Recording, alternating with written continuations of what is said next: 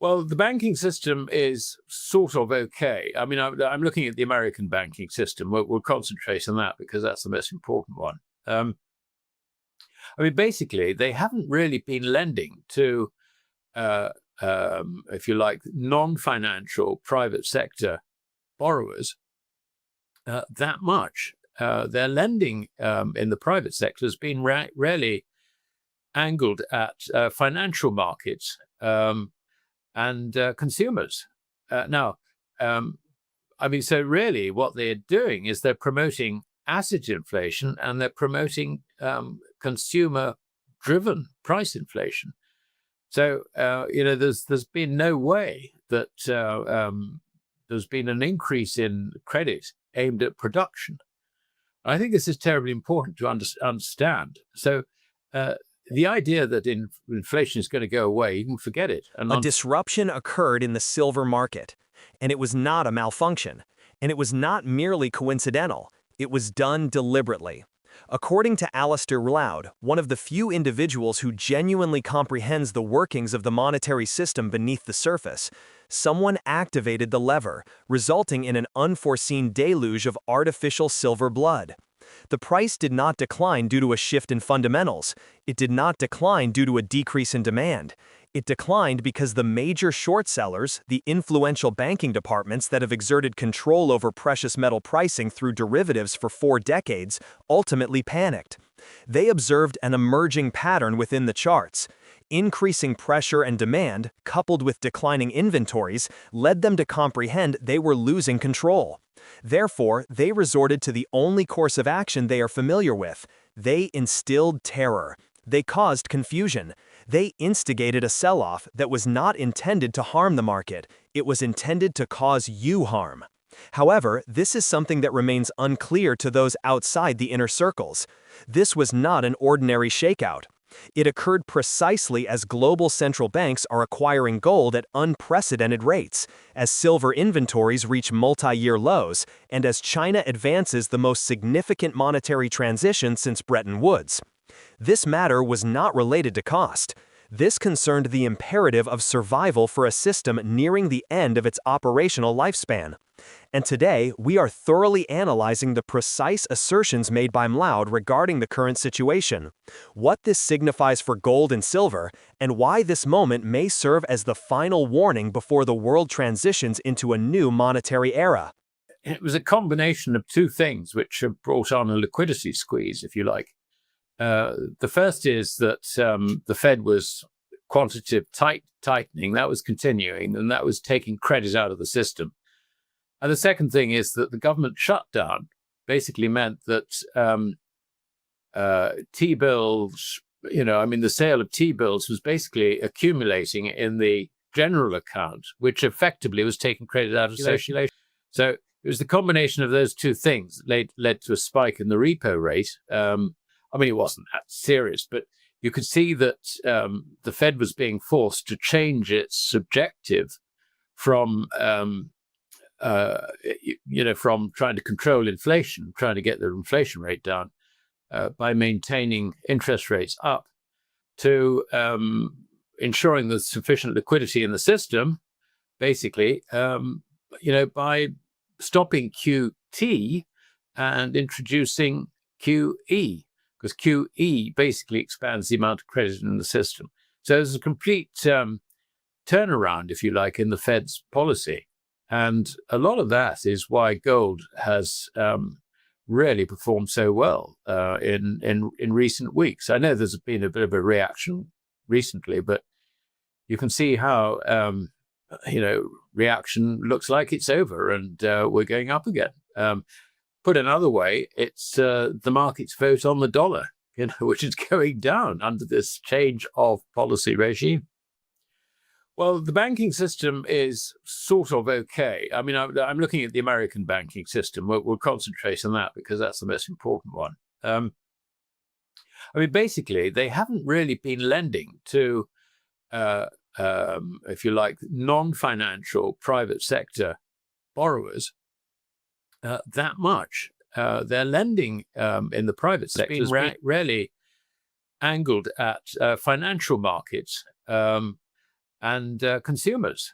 Now, I mean, so really what they're doing is they're promoting asset inflation, and they're promoting consumer-driven price inflation.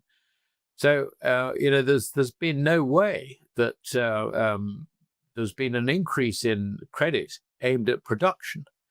I think this is terribly important to understand. So, the idea that inflation is going to go away, you can forget it. And on top of that, we've got Trump's tariffs. Now, the apologists for President Trump say, well, look, everybody was saying that this is inflationary, and where's the inflation? But the fact of the matter is that it takes time for the consequences of higher tariffs to work through. And my goodness, they will work through. So that's, so in general, I don't think the problem is so much in the banking system. There is no doubt, however, that so long as rates are, if you like, being kept up, that zombie corporations who took out debt needlessly, when interest rates were zero bound, are now having to refinance, because this is 5 years later, and a lot of refinancing is ahead, and that is going to hurt these businesses hugely. And I think there's potentially some huge liquidity problems, if you like, in the industrial sector. So that, I think, is the overall situation. But of course, the problem as far as banks are concerned is that having puffed up the financial bubble, particularly equities, that bubble will pop. And when it pops, then there's going to be trouble. So at the moment, banks are not in trouble, but when it does pop, they will be in trouble. And the Fed will do everything it can to keep the bubble going. It will try and, it'll rescue anything, basically, which is large. I mean, smaller and medium-sized businesses haven't got a hope in this environment. But the larger ones will be rescued. And of course, the way they do that is by debasing the dollar. And it's just smelling the air, really, what gold is doing, if you like. That's really why gold not only has risen so sharply in recent months, but is likely to continue to do so. Macleod states that the decline was intentional, representing a compelled market adjustment. Open interest remained minimal. Speculative adjustment remained moderate. Nevertheless, prices continued to rise. That is precisely the environment in which significant short positions tend to become apprehensive.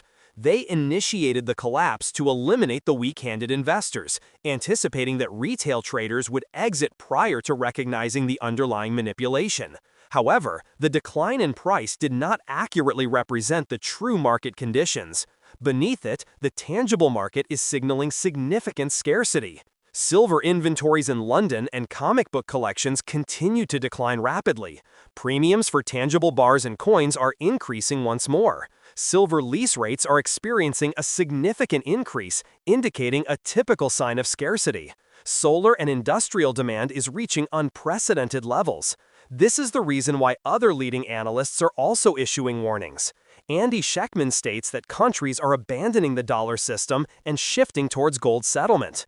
Rafi Farber cautions that the West is depleting its stock of tangible silver, while Asia consistently exhausts supply each month.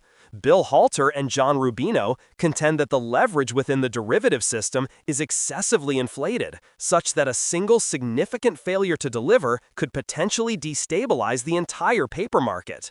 Michael Oliver states that gold and silver have already surpassed their long-term momentum thresholds, a development that the public is unlikely to recognize until the movement becomes evidently clear.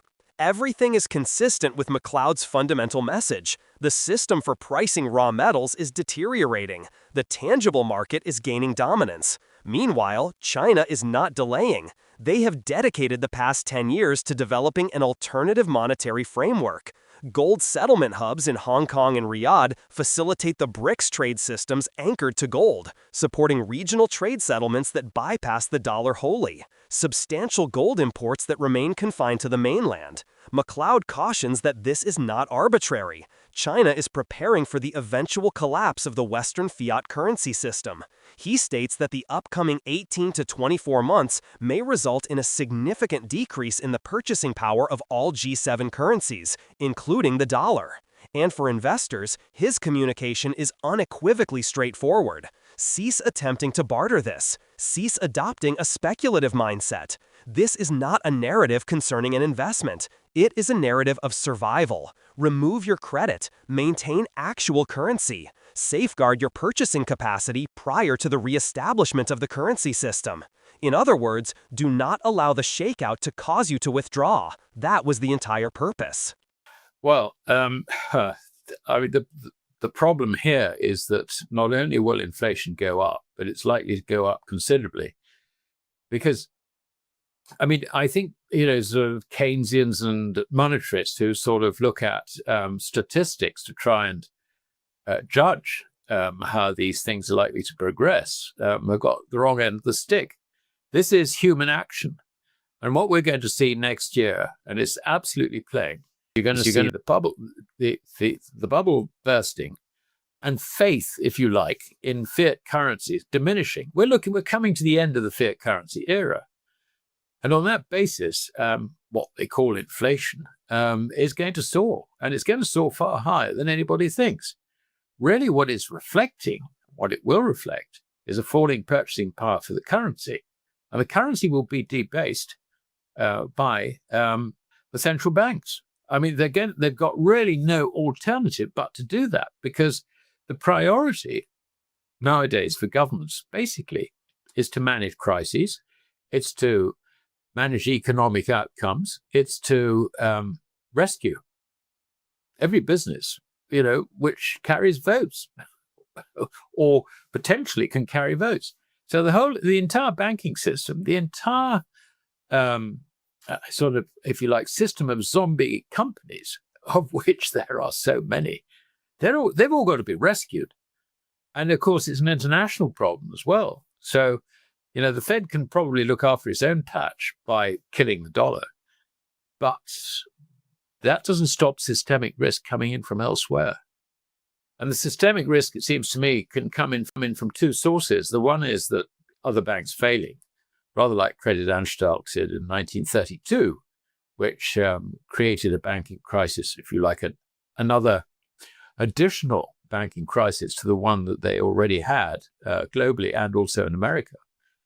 And I think, I just cannot see how the Fed can prevent this. The other problem is of course, problems in the derivative sector. I mean, what we are seeing basically is, derivatives and precious metals have lost, if you like, the pricing power to control the value of the underlying metal, which has been the system deliberately, really, since the 1980s. That is going now. And so we are going to be seeing, I think, a collapse, if you like, in the precious metals derivatives system. And that'll spread into other things like other commodities, energy, other metals like copper and so on. So this is a very interesting time, if you like. So those two things, I think, you've got systemic risk globally within the banking system. And I mean, to some extent, other jurisdictions, G7 jurisdictions, or even jurisdictions which are not in the G7, if they're tempted to bail in as opposed to bail out a bank, then they're going to create an awful mess. I mean, that could be a real crisis. So we've got very difficult times ahead, Patrick, and I think it would be very foolish to ignore them than we are. But it is clear that China is preparing herself to protect the yuan against a Western fiat currency collapse. This is why it has opened vaults in Hong Kong and also opening vaults in Riyadh, in Saudi Arabia. and will also have gold to yuan exchange facilities throughout the ASEAN trading bloc, also BRICS, and also the Shanghai Cooperation Organization. In other words, China is preparing itself to back the yuan with gold, at least for trade settlement purposes. I don't think they would extend this to citizens, as was the case under the British gold standard in the 19th century. I think they're looking at a sort of, if you like, a modified Bretton Woods system centering on the yuan. And that's the way they're going. The only thing we don't know is that roughly what the exchange rate will be. At the moment, it's floating, but it will be fixed. It will be fixed because the dollar's purchasing power over the next 18 months to 2 years, I think, is going to change radically in a downward direction. And the same for all the other currencies that are tied to the dollar. So G7 is not looking good at all. It really isn't. All those currencies are looking very, very vulnerable to what's ahead in 2026 and 2027. It had got to the point, I think, where the shorts, the establishment shorts, bullion bank trading desks and so on and so forth, could see that the markets were vulnerable to a shakeout.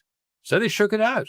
And, amongst my Substack subscribers, I know of some who were shaken out, despite me saying, look, for goodness sake, don't trade this because you'll get slaughtered.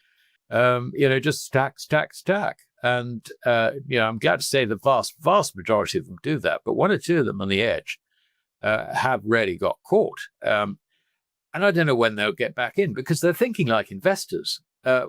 This is not an investment story. This is a protection story. It's not a question of trying to, accumulate wealth.